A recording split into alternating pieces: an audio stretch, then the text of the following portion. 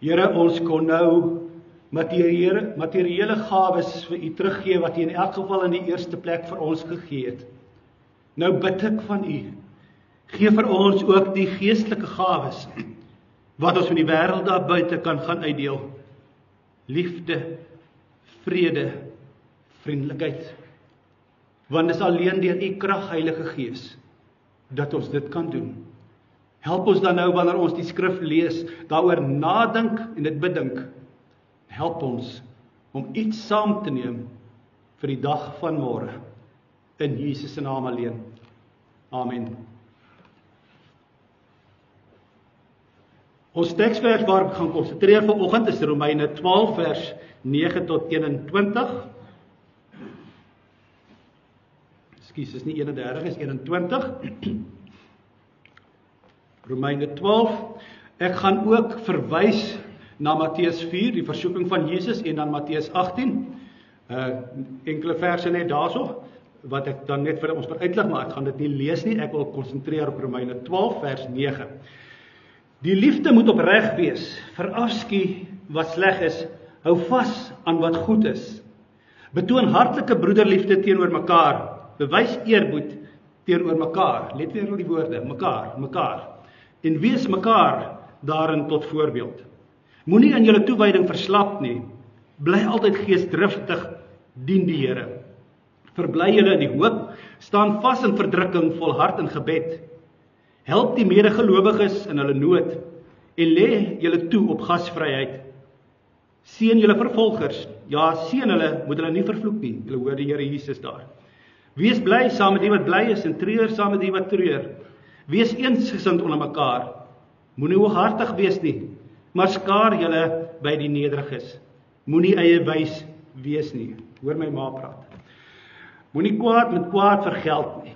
Wees goedgesind teenoor alle mense. As dit moontlik is en sover dit van julle afhang, leef in vrede met alle mense. Let wel, dit sê nie jy gaan altyd in vrede met mense leef nie. Sover dit van julle afhang, sover julle binne julle vermoë is, leef in vrede met alle mense. Moenie self wraak neem nie, geliefdes, maar laat dit oor aan die oordeel van God. Daar staan immers geskrywe, dit is my reg om te straf, ek sal vergeld, sê die Here. As jy 'n vyand honger het, gee hom iets om te eet. As hy dors is, gee hom iets om te drink. Want deur dit te doen, maak jy hom vuurrooi van skaamte.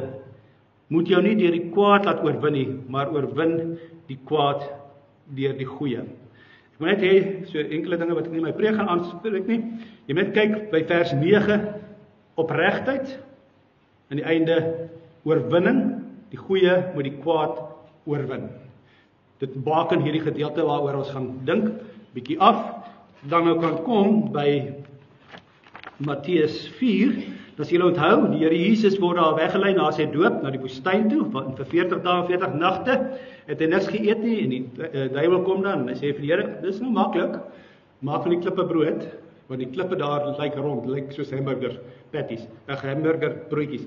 Hy sê vir die Here, maak net brood daarvan, en sê die Here vir hom, nee, jy kan nie net van brood alleen leef nie, maar van elke woord wat uit die mond van God kom. En dan sê hy, vat hy die Here na die heilige stad toe, en hy laat hom op die hoogste punt van die tempel staan. Let wel, die heilige stad, hoogste plek van die tempel, waar hy moet gaan staan. En dan sê hy, as jy nou so binne God se rykwyte is, jy by God se teenwoordigheid is, spring af. Want die Here het ons gesê, hy sal jou beskerm. Hy sal sy engele aangaande jou bevel gee, en hulle sal jou op die hande dra, sodat jy nie jou voete sal stamp nie. En dan kom hierdie woorde van die Here, wat die Here vir hom sê, daar staan ook geskrywe, en ek gaan in my preek gaan ek verwys na hierdie ook, daar staan ook geskrywe, jy mag die Here jou God nie op die proef stel nie. Dan kom die duiwel en hy vat hom die laaste keer en sê vir hom, okay, vat hom weer terug na die berge toe, die berge is die aanbiddingsplek, en hy wys hom al die koninkryke van die wêreld en hy sê vir hom, ek sal vir jou dit alles gee, as jy net neerval en my aanbid.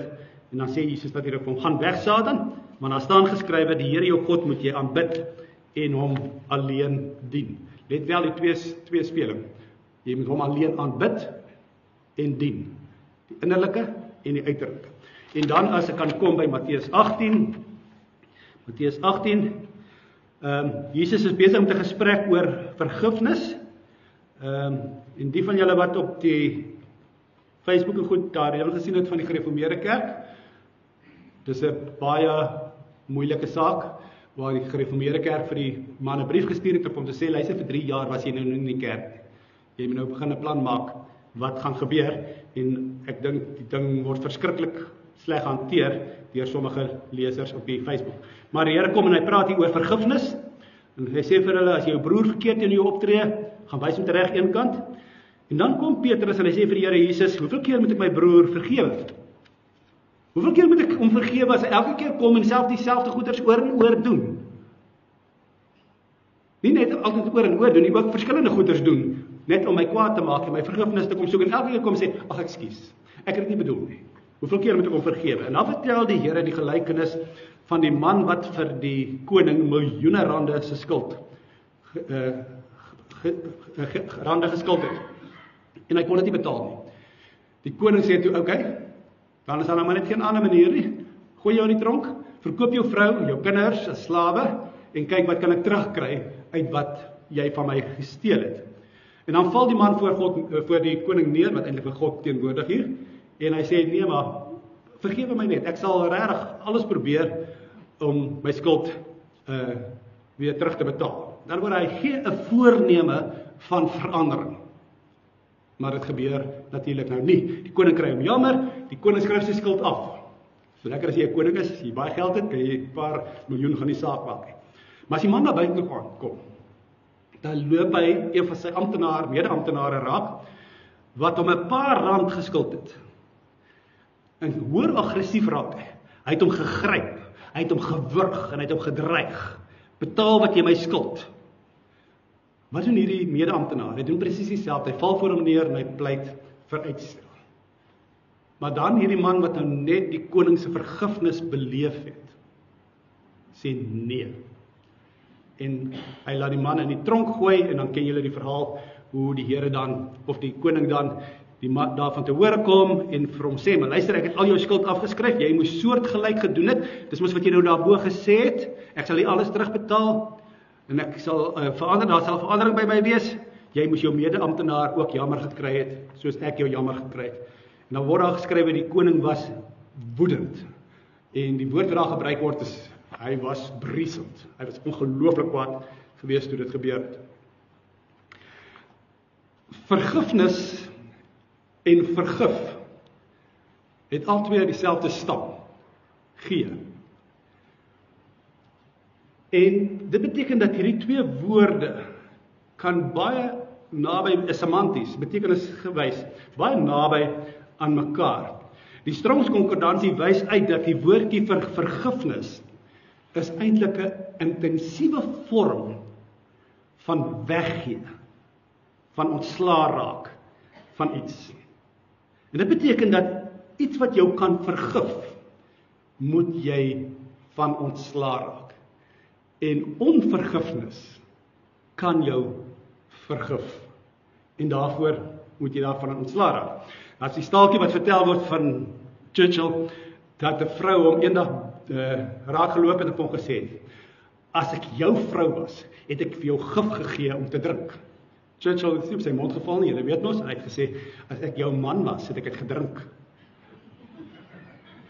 En iets hiervan kom ook deur, dat wanneer ons probeer om te vergewe, en dit is nie volhartig nie, dan is ons eintlik besig om iets by onsself terug te hou. Verlede week Sondag het ek aangedui dat daar 'n spesifieke orde vir vergifnis is in die verhaal van Saggeus. Eers die besef, ek doen dinge wat verkeerd is en wat mense seer gemaak het, dan daardie begeerte om te herstel, dan die ontmoeting met die Here Jesus, dan die berou en die erkenning van sy oortredings, dan die aktiewe herstel van sy foute, die vergifnis wat die Here vir hom gee, en die herstel van God se verhouding met hom, en dan sy vergoeding wat hy laat realiseer deur die uitdeel van die goed wat hy gesê dubbeld en viervoudig. Volgende wil ek die klem laat val op hoe ek vergifnis moet gee aan iemand wat teenoor my oortree het, en daarom my teks vir Romeine 12. Ons is mense wat deur God vergewe is. So ons is mense wat vergifnis eersterangs ervaar het. En nou, op grond van hierdie vergifnis, het ons 'n geloof ontvang wat ons kinders van God maak. Daar's 'n verhouding tussen ons en God, op grond van wat Jesus vir ons gedoen het, op grond van die feit dat hy ons vergifnis bewerk het. En nou kom ons en ons leef in Christus, gebruik Paulus die uitdrukking, deur geloof wat die Heilige Gees vir ons gegee het. En dit is presies waarna Paulus verwys in Romeine 12. Hy begin hierdie hoofstuk deur daarna te wys dat dit God se ontferming is, wat moet maak dat ons as lewende en heilige offers voor God moet leef, wat dinge doen wat vir God aanneemlik is. Nou hierdie woordjie ontferming word net deur Paulus gebruik. Hy gebruik dit hier, hy gebruik in 2 Korintiërs, Filippense 2 en Kolossense 3, en dan word hy een keer nog gebruik in Hebreërs, en dit is waarskynlik die Hebreërs skrywer, wat ons nie weet wie dit is nie, waarskynlik vir Paulus aangehaal het. Hy het baie van Paulus se woorde in Hebreërs gebruik. Hierdie woord is 'n geweldige indrukwekkende woord. Hierdie woordjie ontferming gaan daaroor dat jy so geraak word, so gegryp word deur iemand se toestand, dat jy alles in die stryd werp om daai persoon te help. En dit is wat Paulus hier sê, God het alles in die stryd gewerp om ons te red. Wat hy het agtergekom, daar is niks anders nie, daar is niemand anders nie wat ons kan red nie. Net hy. Ons sou kon sê, God se omgee vir ons as gelowiges gaan oor hierdie diep hartseer, wat sê, maar ek kan nie jou laat gaan nie, Hosea 11. En dan asof Paulus homself nie genoeg uitgedruk het nie, dan sê hy, die wesenlike van julle godsdiens is dat julle so sal lewe, dat dinge vir God aanneemlik sal wees. En daardie woordjie aanneemlik verwys na die woordjie in die Grieks is logikos, waaruit ons woord logies afgelei is. Dis logies, dis vanselfsprekend, dat ons wat gered is, so moet leef, soos mense wat gered is, soos mense wat die Here Jesus Christus ontmoet het, die Here Jesus ken. Die enigste ou logiese afleiding wat jy kan maak, is dat wanneer jy gered is, kan jy nie anders as om te leef, soos die Here Jesus nie. Nou die hele week lank loop en nadink oor die Here se woorde in sy gebed, vergeef ons, soos ons skuldenaars vergewe. Want jy sien, waarmee ek geworstel het, is dat ek kan maklik kom en sê, wanneer ek vir die Here gesê het, ekskuus, dan vergewe die Here my sonde. En ek kan 'n teksvers gaan aanhaal uit die profeet Jeremia uit wat sê, ek sal hulle sondeskuld vergewe en aan hulle sonde sal ek nooit weer dink nie. So met ander woorde, die Here gaan dit nooit weer terugroep, wanneer ek en jy ons skuld voor hom bely het. Maar ons moet versigtig wees, dat ons op hierdie manier nie net ook bo op die tempel in die heilige stad staan nie. Met ander woorde, dat ons in die teenwoordigheid van God kom, en met God praat en als, en sê, Here, ek is so bly, jy gaan nooit weer hierdie sonde teen my hou nie. En dan gebruik ons dit nie om te verander nie. Want wat jy sien, wat die duiwel doen, wanneer hy Jesus daar na die hoogste punt van die tempel in die heilige stad vat, dan kom hy en hy gebruik 'n teksvers. Hy gebruik God se woord om mense, of dan die Here Jesus te probeer mislei. En dan gebruik Jesus hierdie woordjie, daar staan ook geskrywe. Dis die heel eerste keer in die Nuwe Testament dat die woordjie ook voorkom. En daar is 'n beginsel in die letterkunde wat sê, eerste verwysings bepaal al die verwysings wat daarna kom. Jesus sê vir hom, daar staan ook geskrywe, jy mag die Here jou God nie op die proef stel nie. Jy mag die Here jou God nie tart nie. Wanneer ek dus dink dat ek sommer net elke keer vir God kan ekskuus sê, en dan net gewoon op my ou manier aan te gaan, is daar 2 ander tekste, wat vir my waarsku, maak baie seker, of daar nie 'n ook geskrywe staan. En die eerste teks is die teks uit Matteus 18 wat ek gelees het. Die man wat miljoene by die koning steel, deur die koning vrygespreek word, van sy skuld onthef word, maar daar is geen verandering nie.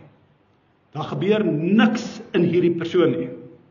As hy uitstap, dan gebruik hy al die haat en die nait wat hy het, om sy mede-amptenaar met 'n paar rand skuld in die tronk te gooi. Hier het ons te doen met waarna Paulus in Romeine 12 vers 1 verwys. By hierdie man was daar geen ontferming. Daar was geen berou vir hierdie ander man se posisie nie. As hy sy mede-amptenaar se paar R100 afgeskryf het albei van hulle, hy en die ander met 'n paar rand geskuld het, albei daar uitgeslaap. Vry. Julle sal onthou dat wanneer die vrou die Here Jesus se voete was, dan sê die Fariseer vir Jesus, as hy geweet het wie sy is, dan sal hy nie toelaat dat sy aan hom vat nie. Maar dan sê Jesus vir hom hierdie woorde, vir haar, vir wie baie skuld vergewe is dit maklik om lief te hê. Jy sien, skuld erodeer, vreet weg aan ons liefde vir ons medemens. Solank ek iemand skuldig hou teenoor my, dan eet dit my liefde vir daai persoon weg. Nou gebeur die onverwagte in die verhaal van Jesus. Jesus sê, hierdie persoon se volle skuld word op hom teruggeskryf. Alles wat jy my geskuld het, sal jy nou terugbetaal, en daarvoor sal jy in die tronk gesit. Want dan is daar hierdie baie opvallende weglating. Sy vrou en sy kinders kom nie meer in gedrang nie. Die skuld word daardie persoon wat nie vergifnis, by wie vergifnis geen verandering gebring het nie, kry sy volle skuld terug en die volle straf, maar sy medemens, sy vrou en sy kinders word nie meer daar in berekening gebring word nie. Hoe vergewe ek? Hoe verander vergifnis my? Want die tweede tekste, eintlik is daar twee tekste, maar hulle sê omtrent dieselfde, Eksodus 34 staan daar, die Here skryf skuld en oortreding en sonde af, met ander woorde hy vergewe dit, maar hy laat dit nie ongestraf bly nie. En dan ook in Numeri 14 vers 18, die Here is geduldig en oorvloedig in troue liefde.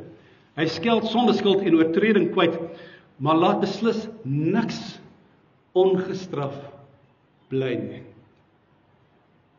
Die Here Jesus is besig eintlik om hierdie hele gedagte van die wet om te keer.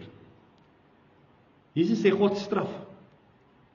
En wat ons by beide hierdie teks in Numeri en beide in die teks in Eksodus lees, is die Here sê, as ek jou laat vrygaan, moenie dink jou kinders gaan vrykom nie. Ek gaan die straf op jou kinders laat afkom. Wat is die verskriklike van hierdie teks? Die verskriklike van hierdie teks is dat wanneer ek en jy dinge verkeerd doen, ons kinders by ons leer. Maar wanneer ek en jy dinge probeer regstel en dit wys nie in die manier waarop ons lewe nie, dan sê ons kinders, pa, kom maar my weg. Ma, kom daarmee weg. Hoekom kan ek dit nie ook doen nie? En dan word ons skuld hulle skuld. Daar moet 'n verandering kom. Daar moet 'n bewys kom dat ek die vergifnis wat ek ontvang het as eg beleef, sodat ek my kinders kan kwytskeld teen die straf van God. En Paulus se argument hier in Romeine 12 is ten nouste by hierdie gedagtegang. As ons vergifnis wat ons ontvang het nie 'n lewensveranderende gedrag by ons bring nie, sal die nagevolge daarvan nie uitbly nie. Dit sal ook ons nageslag raak. En daarom kom Paulus en hy doen 'n oproep op ons wat vergewe is. Laat julle denke vernuwe. Laat julle denke vernuwe. Nie deur die wêreld nie. Nie deur die nagevolge nie. Nie deur mense nie. Laat julle denke vernuwe deur God. Met ander woorde, keer terug na die skrif nu. Ons moet nie dink oor vergifnis. Oor vergifnis wat ek ontvang het en die vergifnis wat ek gee. In Romeine 12 vers 3 tot 8 wys Paulus uit dat konflik, ook in die geloofsgemeenskap, is onvermydelik. Want ons het verskillende statusse, ons het verskillende insigte, ons het verskillende kennis, ons het verskillende vaardighede. En binne die liggaam van die Here is dit moontlik dat daar verskille kan wees wat opduik.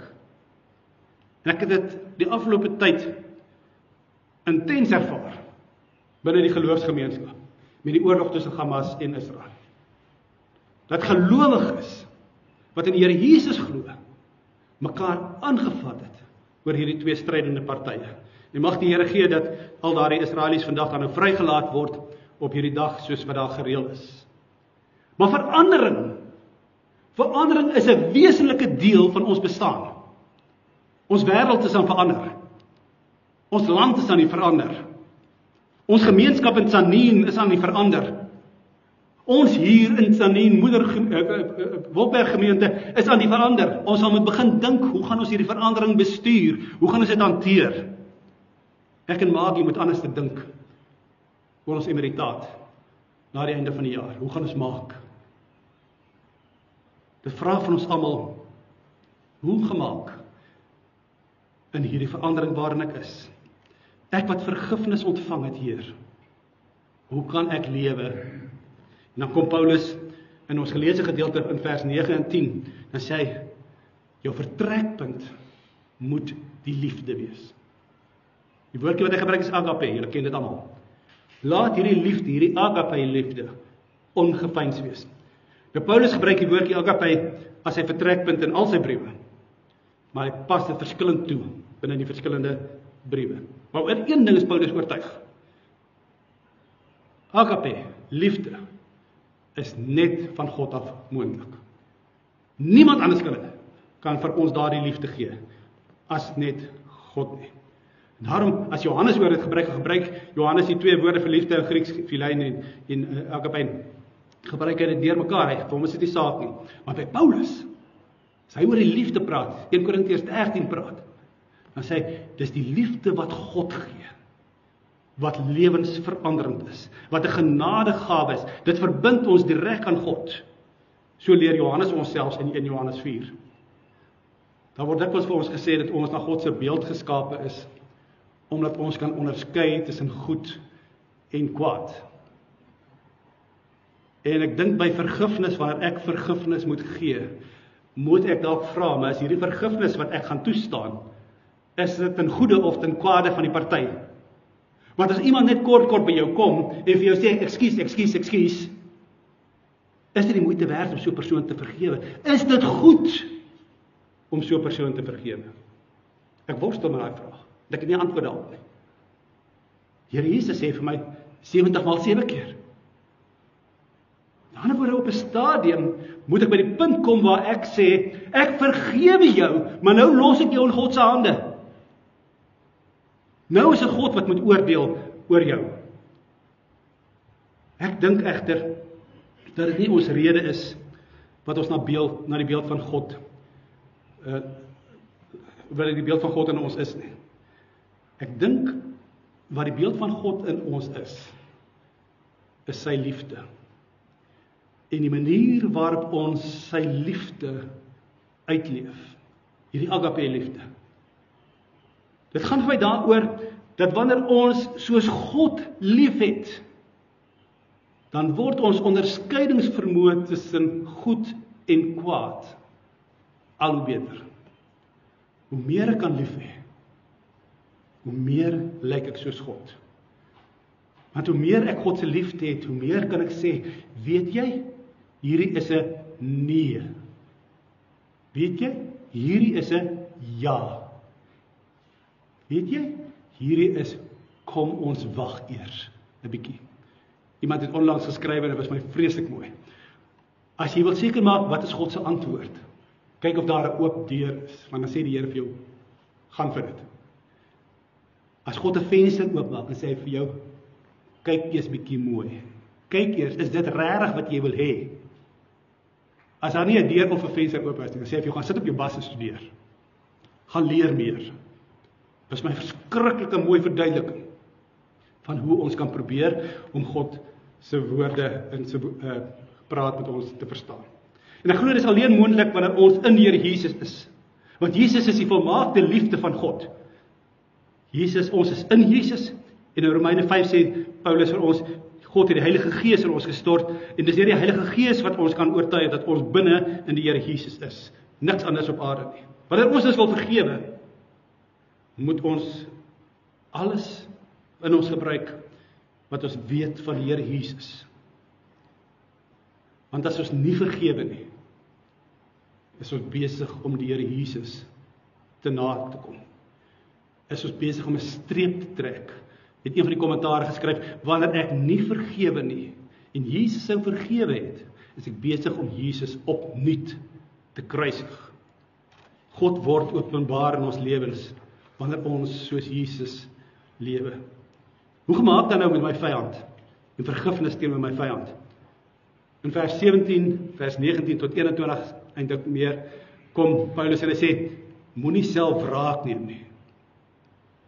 Ek gee, en wat Paulus eintlik hier so sê is, hy sê, ek vergewe jou, maar nou is jy in God se hande.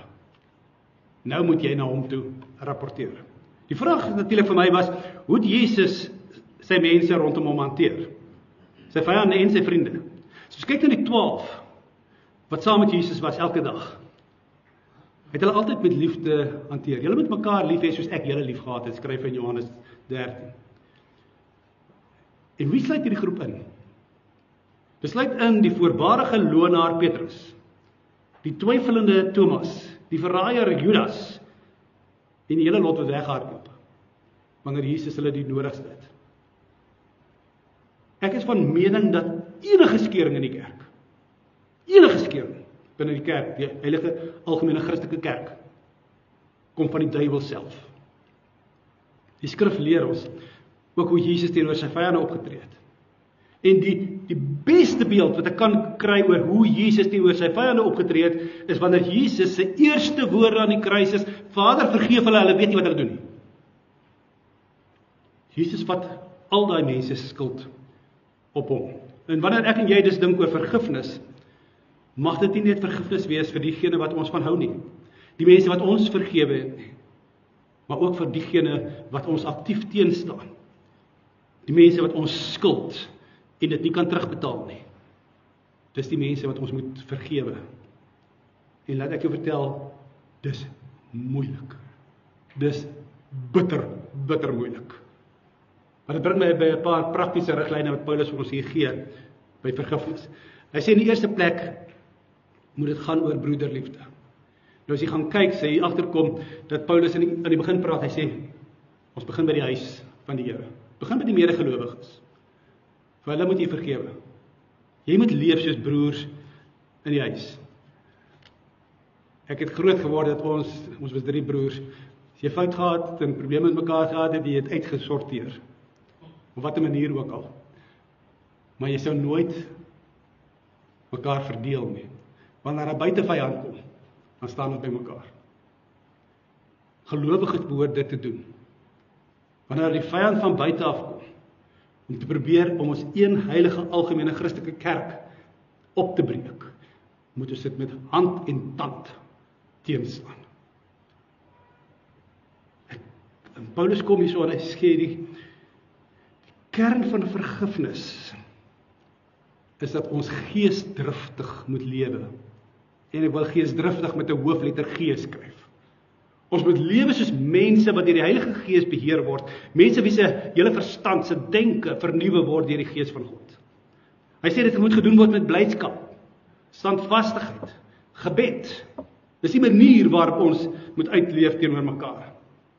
In tweede plek sê ek, kom ons kyk na die mense rondom ons. En dan sê dit gaan oor barmhartigheid. Dis vir alle mense.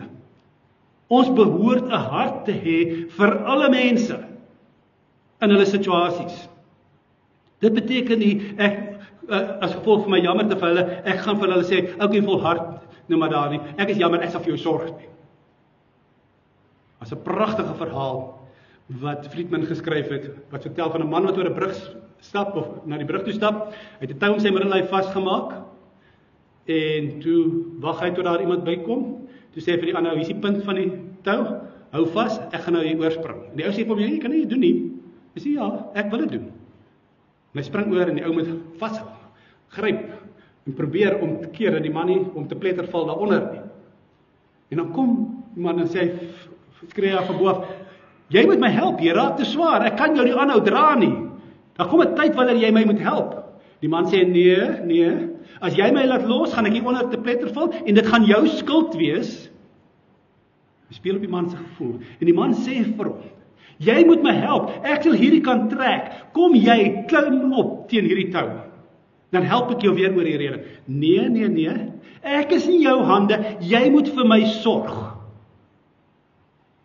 Man, wat die tou bo vas is, sê op 'n stadium, ek kan nie meer nie, ek het aan die einde van my kragte gekom. Jy kan my nie los nie, skree die ou van onder af.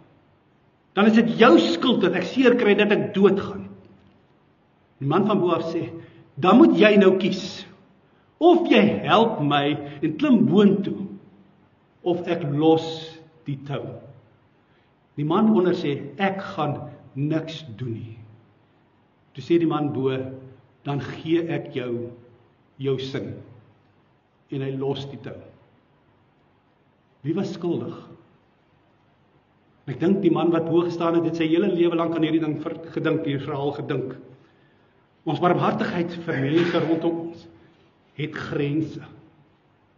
Jy kan doen wat binne jou vermoë is, maar meer as dit kan ons nie doen nie. Die derde plek gaan dit oor wat die geloofsgemeenskap sowel as nie-gelowiges geld. Dit gaan oor vrede.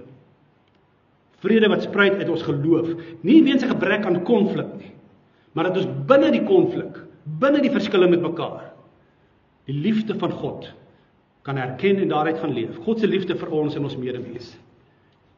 Beteken dalk soms dat ek liewer die wag voor my mond sal wakker maak en vir hom sê, pas op.